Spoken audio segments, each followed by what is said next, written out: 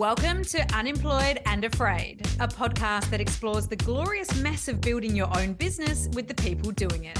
I'm your host and fellow business builder, Kim Curtin. Thank you for being here. Let's get into some good, honest, small business chat. I don't know about you, but to me, it feels super rare to come across a new brand these days and really get a sense that it's different, like truly authentic with its own personality.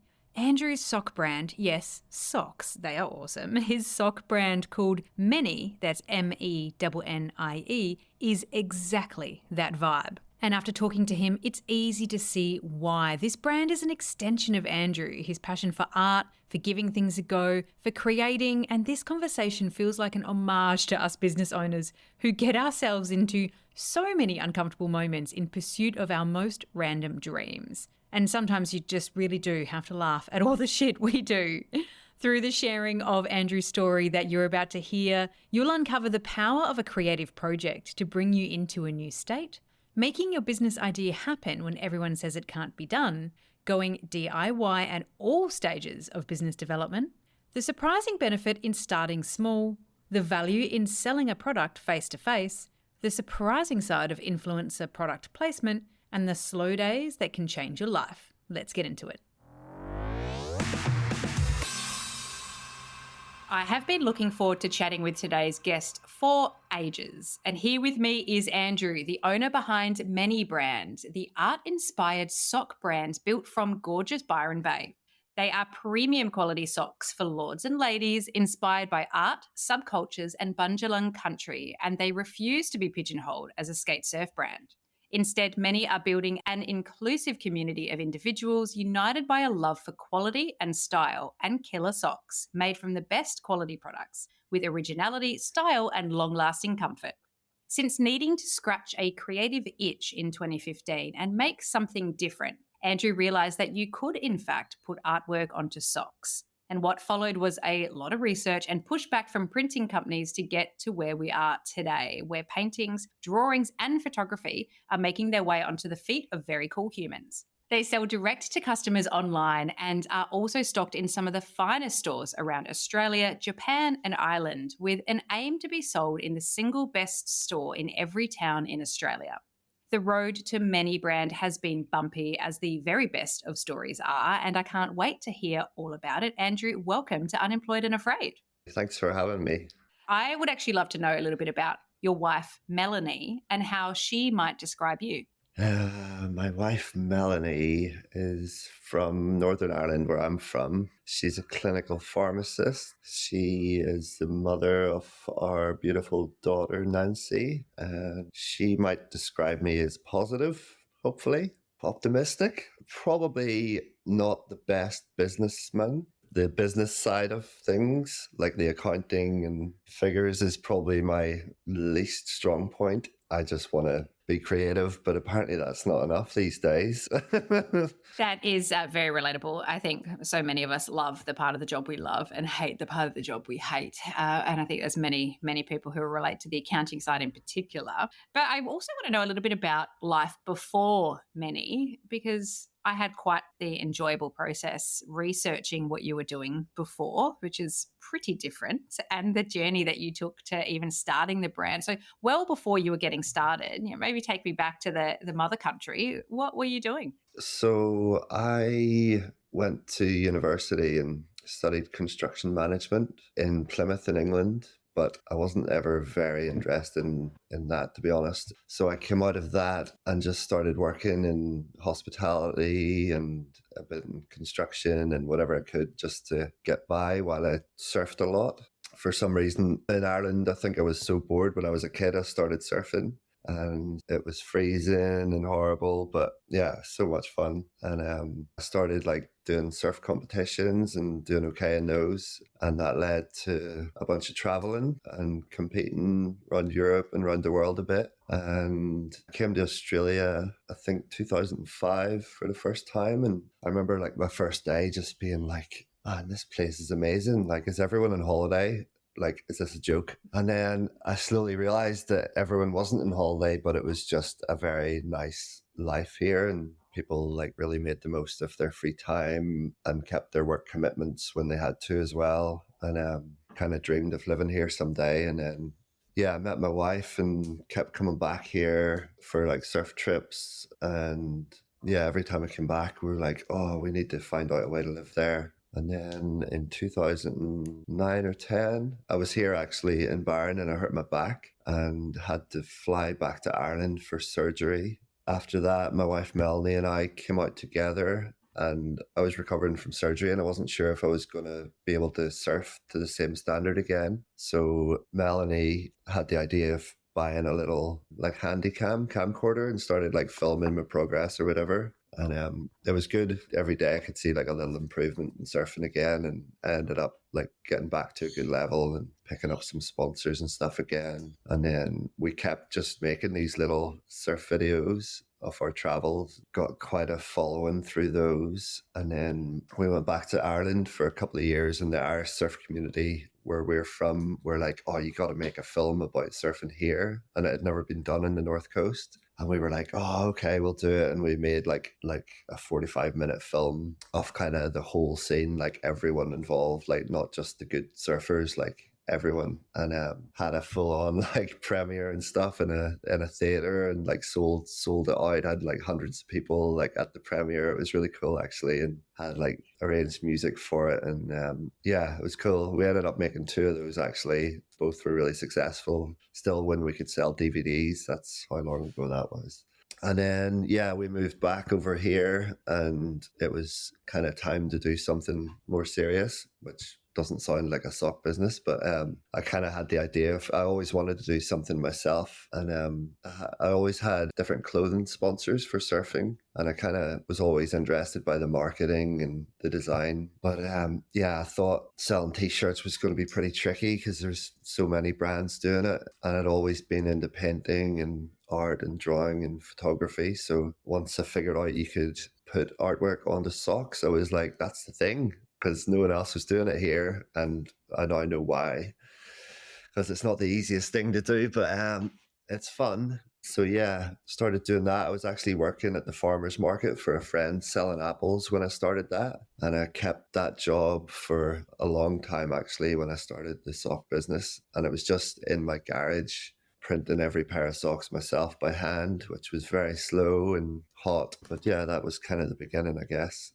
There was, I guess, a bit of a seed there, like a bit of a creative seed that was running through that process of, filming and sharing and releasing. It's kind of like, insular to go and create something, about your life and your recovery, and then to find your way out through that, but also to then, create the films about the surfing community in Ireland and be able to present that back. What about that creative process really got you motivated and got you moving forward? What do you love about the creative process?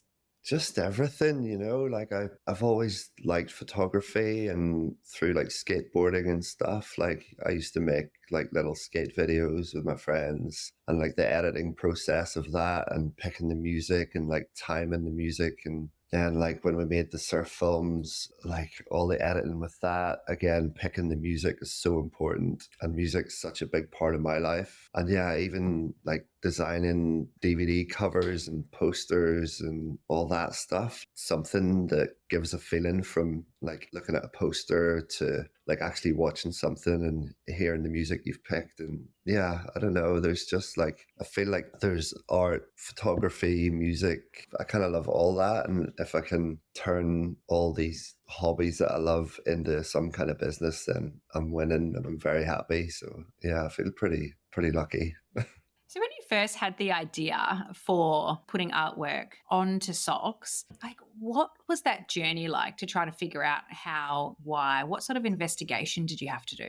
A lot of Googling, speaking to a few people I know from the surf industry, but then I couldn't find anyone who'd done anything with socks. So there was a lot of time on Google and YouTube. And then I found out the process of the dyeing process to like get the actual images on there. So my idea was I'll make these designs, someone else is going to print them and I'll pick them up and sell them. And then there's actually quite a lot of places around Australia that do this type of dyeing. And I rang like 30 of those all over the country. And I was like, oh, can you do these socks for me? And they all said, no, you can't do socks. And I was like, I know you can. And they were like, nope, can't do them. Every one of them was like, you can't do them. And I like in my head had already developed this like business. And I was like, oh no.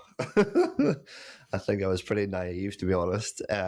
So yeah, I finally found a company on the Gold Coast and they were like, you can't do socks, but we'll give it a go. If you say you can, we'll give it a go. And I was like, sweet. So I did the designs, sent the designs. They'd given me a quote and they made like 10 pairs or something. And they rang me like the next day and they were like, oh, we take it back. We're not doing that. It's too difficult. And I was like, oh no, but you give me this quote. And they were like, no way. It takes way too long and it's really tricky to do. And that was it. And I was like, oh, it's all over. And then I was like, right, I'll do it myself then. So back on YouTube, back on Google, bought some equipment. And I really clearly remember the very first the very first sock I tried to dye and it was a complete mess. And I was like, oh, I had the most horrible feeling that like I didn't want to continue. I can't believe I'd wasted any of my money on this machine. But yeah, slowly figured it out and ended up using that machine for 4 years and printing thousands of pairs of socks in the garage. I mean, how? Like, it still blows my mind, like the dyeing, like getting these, because they're, for the listener, of course, we're in an audio environment, so you can't see the socks right now, but super encourage you to go, like, check out in the show notes. Obviously, everything is linked there, so you can go check them out. But these are intricately designed pieces. Like, these aren't, lines or squiggles or anything like that. These are like, it is art. It's a beautiful picture and then imprinted onto this fabric that would like move around and do its thing. Like that just blows my mind that you were able to get from like, yeah, what looks like a toasty machine to like putting this onto these delicate little things. The process is, like you said, getting the artwork onto the fabric. With this process, the dye turns to a gas at 200 degrees and goes into the fabric and then sets once it's in the fabric. So it's not like a screen print that sits on top, which also means that it doesn't like wear off the way a screen print can crack and stuff. So yeah, and it gives real sharp images and yeah, really happy with the result. How many pairs didn't make it when you were getting started?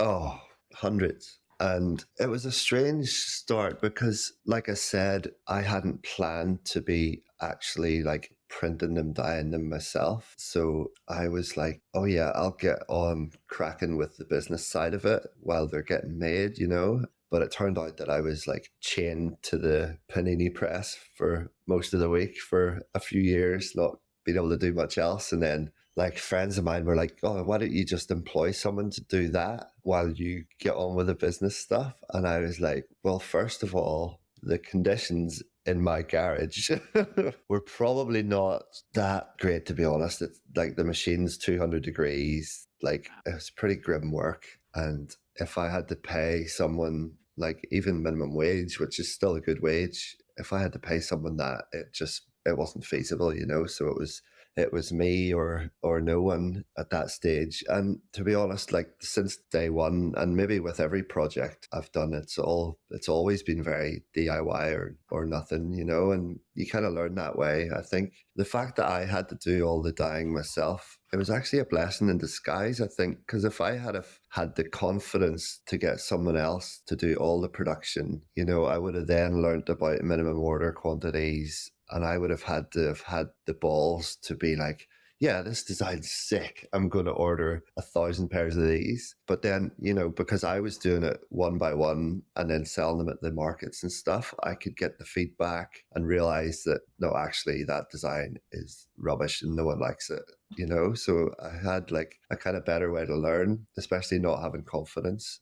I absolutely love that. You just reminded me of a previous guest I had on who's got a wild chili oil product called DC Cartel. And he told me the story about, developing this. It's like a family recipe and developed the really cool bottling and everything like that. But what really pushed the business forward for him was the experience of being at the markets and being able to see people's real life reactions. And I want to talk more about the markets with you because I feel like that is a piece of advice that is so pivotal for so many businesses that are like in that direct to consumer capacity, where we live in a world today where everybody's thinking about Google ads, Meta ads, SEO, building up a social following through organic, selling direct to consumer online. There's so much teaching built around the way in which to do a direct to consumer product that you're developing.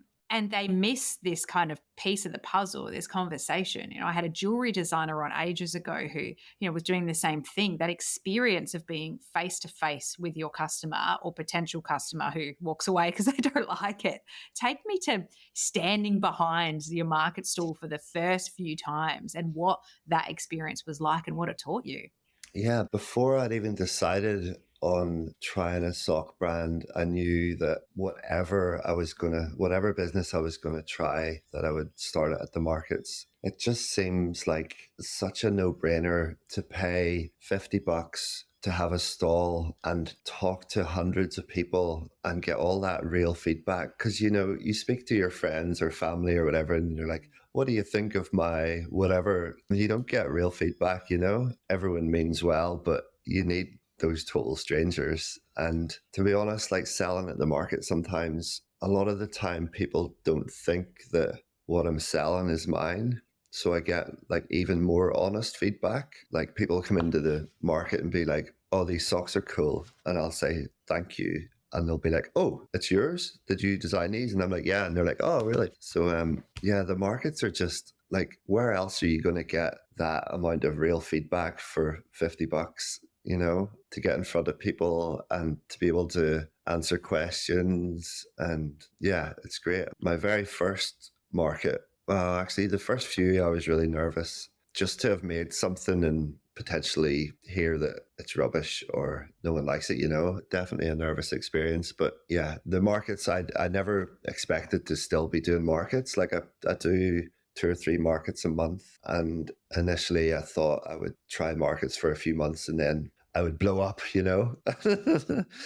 And yeah, I have a few other like sales channels, but the markets are they're too easy and reliable to stop doing, when there's like a couple every month. And sure, there's some days it's raining or it's windy or it's like too hot and there's no one around. But, I just bring my laptop and do some other work and speak to people. And like one of my worst ever sales days was at the Bangalore markets, probably like 6 years ago. And I think I sold 3 pairs of socks all day. And I was just about to pack up and 2 ladies came over and bought a pair of socks. And one of them introduced herself as Bronwyn Bancroft, who's a really amazing Indigenous artist who makes like books and children's books and like absolutely amazing artist. And she said that her son runs a really good organization and she was going to talk to him about what I make. And I was like, okay, cool. And I didn't put 2 and 2 together, but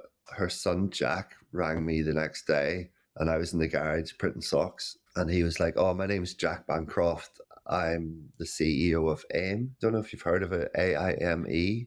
I haven't thought about that in years until you just asked me about the market experience. AIM, which is the Australian Indigenous Mentoring Experience. That's basically an organization full of volunteers who help mentor kids to get them into further education or to get them into employment after education. And it's amazing the work they do. Anyway, I knew all about the organization because I think they had a big presence at Splendor in the Grass maybe the year before that. Anyway, so Jack introduced himself and I interrupted him and said, oh, Jack, I know all about you and your organization. Thanks for the call. And he said, can we make some socks together? And I was like, yeah, for sure. So they sent me a bunch of artwork made by some of their students and we made 90 pairs of socks. Well, I printed them all. And he was like, yeah, when's this going to be finished? And I was like, oh, I probably need like a week and a half to get all the printing done. And he was like, cool. And it was the biggest order of socks that I've ever done. I was like, oh my God, 90 pairs. So I made them all and they bought them for cost price and they sold them. And then all the profits went back into their organization and they put them on their website and they sold out in 24 hours. Wow. And the guy who was organizing the clothing rang me on Monday and he was like, oh, can I order another 250 pairs? Oh my And I gosh. was like, oh my goodness. And I was like, okay, this was going to take me 2.5 weeks. And yeah, it's crazy, but amazing, like beautiful artwork by Ella Gillespie and Ruby Rose Bancroft. And it was such a pleasure to work with them. Like absolutely amazing organization that, yeah, I can't say enough good things about them. And so, yeah, that had come from my worst sales day ever at a market where I'd paid $40 for a stall, sold 3 pairs of socks, and then I think we ended up making like 600 pairs in total for AIM. And yeah, they all sold like pretty much straight away. So yeah, the markets are good for sure. If you're thinking about testing an idea, like that's the way to do it. Like even if you don't sell a lot, you'll speak to people and kind of, I guess, network a bit. If you've been telling yourself that next year, the proverbial next year, is the year that you'll launch your podcast as part of a powerful content strategy to drive connection and impact for your business, let's make 2025 the actual year together. Every great show starts with a seed idea, a conversation you want to have, or a need you want to fulfill for a type of listener. But the shows that connect with an audience and bring you business results are the ones with staying power. They're backed with a strong strategic thinking custom to the specific nuances of the podcast medium, the one you're listening to right now, plus brand and content marketing knowledge. I can deliver this for you. It's me, of course, your host, Kim Curtin, and I can deliver this for you. If you've been connecting with me here on this show for more than a minute, you'll already know how passionate I am about podcasts and that I'm a skilled podcast strategist with over 15 years in media, creating strategic branded content concepts across broadcast and podcast. And I want to help you create a podcast concept that you are excited about and that will deliver for your business. I've opened access to a special one-on-one podcast strategy session with me for the first time ever to refine and stress test your idea, discuss what will work and what to watch out for and how to measure your success and anything else that you might need to feel confident in this exciting podcast medium. It's 60 minutes, one-to-one, and $199. All you have to come prepared with is a seed idea, no matter how small, and together we'll form this into a show concept that you'll be proud to pursue. Interested? I'll make sure that the link is available for you in the About section of this podcast, or you can head straight to goodsideofthebed.com.au to check it out, or just come and find me on LinkedIn and I'll deliver it directly to your inbox. And I hope to see you there, and I hope to see you creating a podcast you're proud of for your business in 2025.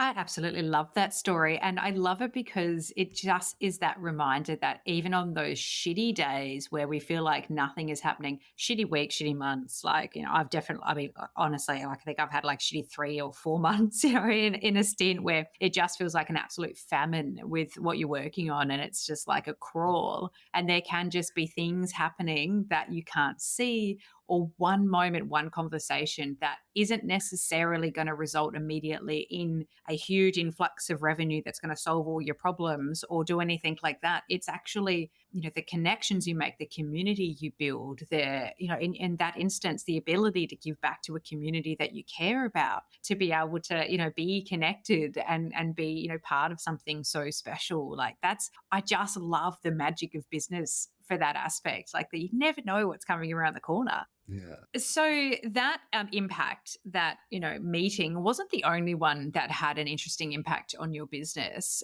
There was a really funny part of your story, which you wouldn't expect to kind of like contribute to your growth. But Lucinda Light spotted rocking your socks on maths of all things, like random. What did that do for your business? What was that experience like? That was strange. So Lucinda has been a customer of mine for a few years. She'd just come to the market. She lives around Barron. And yeah, she was just a lovely customer who would come to the markets and buy socks. And that's kind of all I knew. And then one day she rang and she was like, oh, I'm going on this journey. It's a TV journey. And I just wanted to let you know that I'm going to wear your socks on it. And I was like, cool. And we met up and had a chat. And she was like, I'm going on maths. And I was like, what's maths? And she said, oh, Married at First Sight. And I've heard of Married at First Sight, but I've never seen it. And I think she was a bit confused that she had to explain to me what it was. And I was like, oh my God, you're crazy going on that. Like, she was like, oh yeah, so next Wednesday, I'm getting married to a guy. Literally the first time I'll see him is on the altar or whatever. And I was like, you're a psychopath. And yeah, so I was like, yeah, that's cool. And I was like, you're crazy, but that's cool. And then I spoke to another girl I know, and I was telling her, and she was like, oh my God, everyone in that show's crazy. Like, that she could ruin your brand. And I was like, what? And I was like, but she's really nice. And she was like, oh, I'd be wary. And I was like, oh no. Because I've always been a bit, with reality shows, it seems like it's up to the editors how you're portrayed or whatever.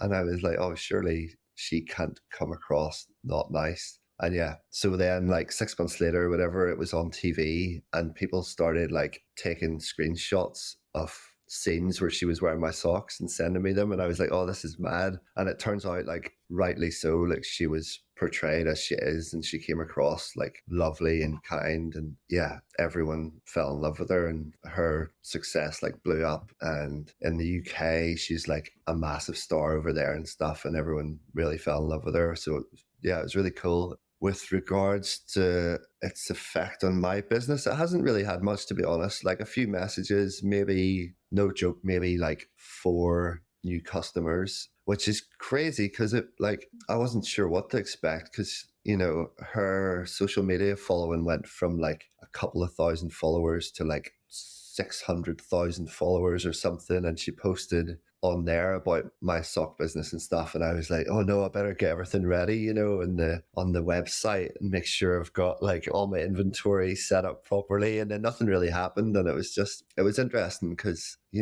every now and then it's tempting to be like, oh, there's this like influencer who's got like nearly 1 million followers, like, could I give them some money to like promote my stuff? And she did that and nothing really happened. It wasn't a negative experience, but it wasn't what you could maybe imagine. But yeah, I guess it would maybe work if it was more my target audience, or I don't know, maybe people who are wildly into that TV show aren't my customer, and that's fine. But yeah, I found that a really interesting experience.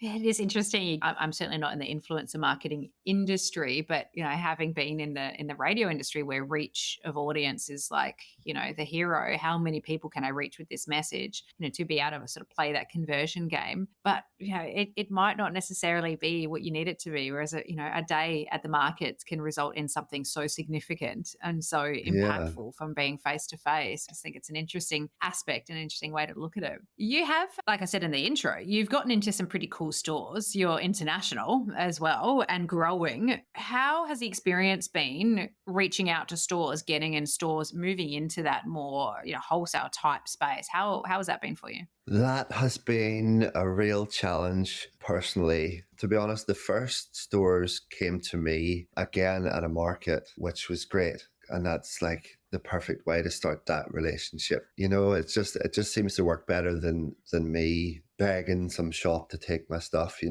I like more recently, when I've been getting more into wholesale, I've been reaching out to shops, and I started off just emailing shops and just getting no responses ever, really. And yeah, the only shops were ones that came to me, or like maybe a friend of a friend, and then yeah, I just did a bit more studying on sales, and I was like, okay, it's all about making the phone calls. And I was like, oh man, cold calling shops, especially with my accent, is something that I really struggled with. I'm not just so bad these days, but it's still like I need to psych myself up every day before I start making my calls. Yeah, I just find I'm making a call that they don't want to receive and I don't want to make it. So it's really awkward.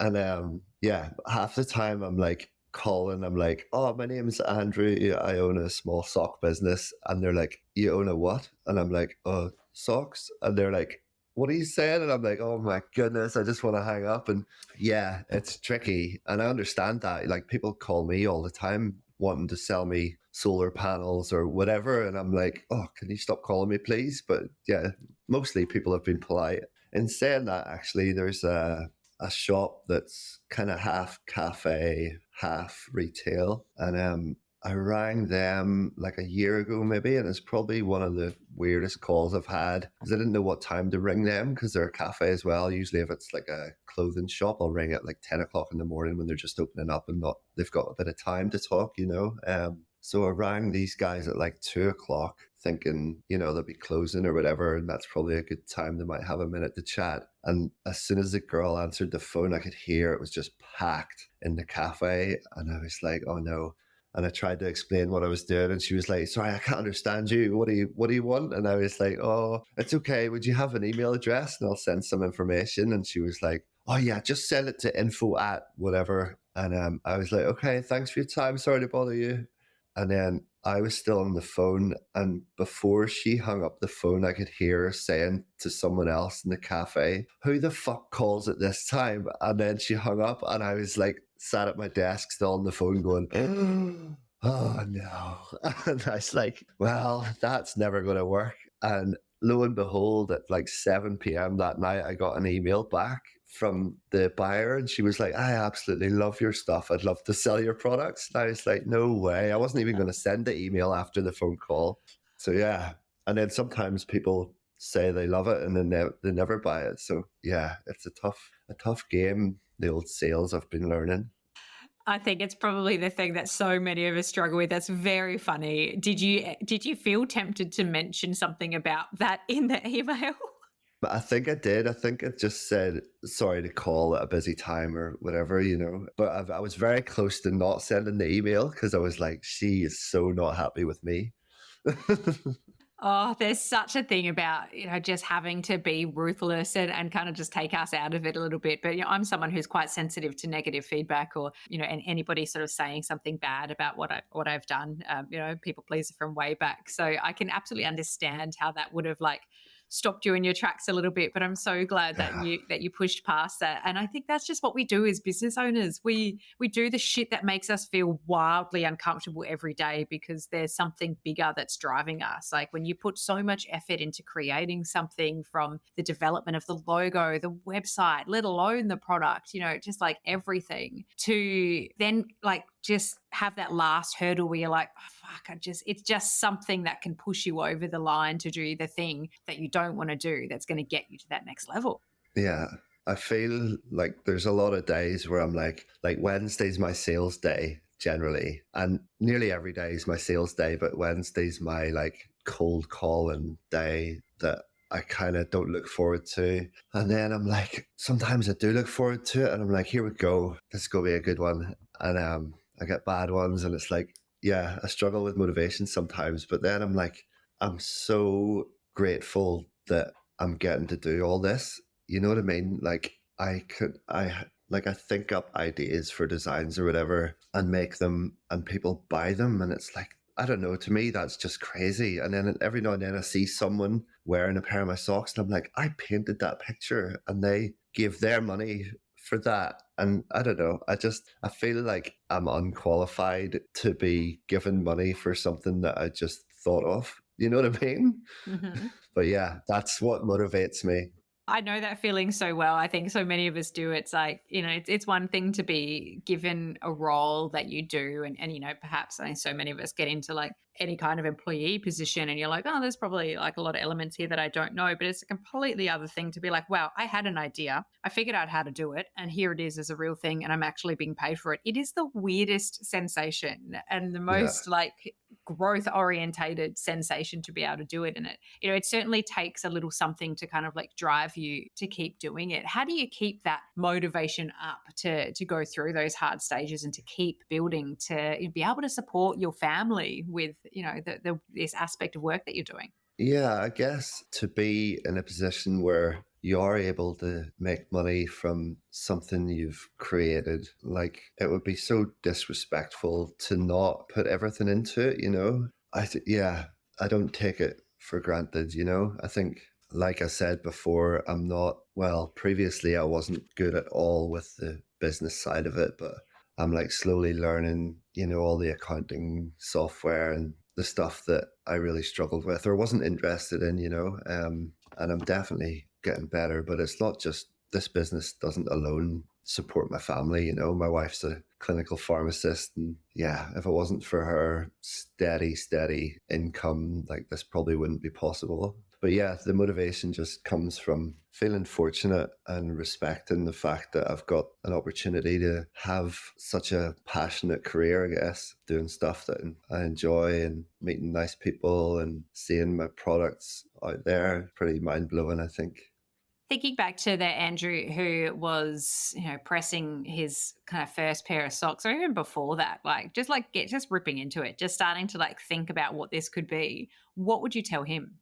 I would tell him to trust his own instincts a bit more, have a bit more confidence, probably tell him to not say yes to everything. I find I used to just say yes to anyone. Like, someone would be like, here, can you put this photo of me and my partner on a pair of socks? And I'm like, yep. And I would do it. And it would take so long with like the design process, printing process, and I would charge them pretty much just the normal price for a pair of socks. And yeah, just little things like that I was kind of a yes man. And I think I wasted a bit of time doing that. And if I had a bit more confidence, I think I would have outsourced the production a little bit sooner. Not a lot sooner, but a little bit. I think I needed a few years of trial and error with my designs and stuff to get the confidence. But yeah, I didn't think it would take this long to get into as many stores as I have, but because it's happened quite slowly, it's given me the chance to learn how to actually manage it as well. Like, if someone turned around to me 4 years ago and gave me 20 or 30 accounts with stores who were going to order like 4 times a year, it all would have fallen apart, you know.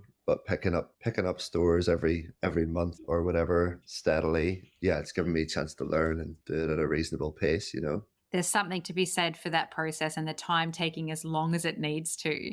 You and I were talking about something just before we hit record about the name of your business as well. Do you think that there's any chance that you would have changed that if you look back now? Oh, possibly. There's a little bit of a, not language barrier, but pronunciation problem with the name Mennie. Some people read it as Mennie, some people read it as Mennie. But other than that, no, I hadn't planned to call it Mennie, which is actually my family name. It's my surname. I had a couple of other ideas for the brand name and just wasn't happy with anything. And then someone said, just why don't you do Mennie? And I always wanted a word that didn't mean anything. And it doesn't actually really mean anything here. Like, I'm from Ireland, no one really knows me here. So, and the name isn't popular at all. So it kind of means nothing to everyone else, but means something to us as a family. So yeah, I guess that's why it's Mennie, which is actually it's a Scottish name, part of the Menzie clan. My dad was from Scotland. So it's kind of cool, like, for us to have that. And then, you know, speaking about family, you know, a couple of sock designs are kind of close to our heart. You know, one of them is taken from a photo of my daughter's sweater when she was 2, and we just used that. I can show you it if you want. I know this is a podcast, but okay, so this was my daughter's sweater. Oh. And we just really liked the knit and the color, so we photographed it and turned it into a pair of socks. That's unreal. That's very on brand with the Unemployed and Afraid colours as well. Yeah. I'm a big fan of that colour. So, yeah, I might have to put them in my basket. Yeah. I'll send you some. No, absolutely not. You need to keep yours too. I'll be buying them. So I get small business feels. Andrew, it has been like what I said up front. I've been really looking forward to hearing more about your story because it's a brand with a vibe that I haven't seen much of. It feels, to not use an overused word, which is terribly overused at the moment, but it just feels like a really deeply authentic brand that has its own energy. It has its own, I don't know, it has that artistic quality about it. When you look at something and you're like, I get that. It has its own vibe and it is very cool. And that's a very hard thing to be able to manufacture. So it does have that, really distinct authenticity, and I think Thank is a you. really exciting brand. You're so welcome. And I'm excited for you to be able to grow it more and to be able to, see and just art and, things that are made well that last for a lifetime, last for a lot longer than some of the stuff that kicks around. I just think there's so much value in craftsmanship, and, I'm really excited to see you grow into the next stages, and so happy that you shared your story with me and, and the listener as well. What can we do to support you to keep growing? What's number one thing that's going to help that we can do for you? I don't know. You can check it out online, see if you're into it. And if you're not, that's fine. But if you think you might know someone who's into it, spread the word maybe. Yeah, my main goal at the minute is to try and get into some more stores. So if you know any stores who might be interested in some quality socks, then yeah, that would be awesome. But yeah, thanks so much, Kim. It's been lovely to chat. It's real nice to hear how you perceive the brand as well, because I get feedback and stuff at markets and all, but generally it's just me at home by myself, overthinking every decision and wondering what it's perceived as, online and stuff. So yeah, thanks so much. And yeah, I'm stoked to have a chat. No, it's been a pleasure. And I'm going to make sure to have the link to Instagram and to your website in the show notes so that listener can just look down at their phone as you do, scroll through those show notes, give it a click, give it a follow, check it out, get some cool socks on your feet as soon as possible. Andrew, thank you for sharing your story with me. My pleasure. Thanks, Kim. Thank you for listening to Unemployed and Afraid, the podcast for small business builders with your host, me, Kim Curtin. If you love it, you can say thanks with a star rating and a review. And of course, join the community on Instagram, TikTok, Facebook, and LinkedIn. Find us at Unemployed and Afraid wherever you're hanging out, and I'll see you there.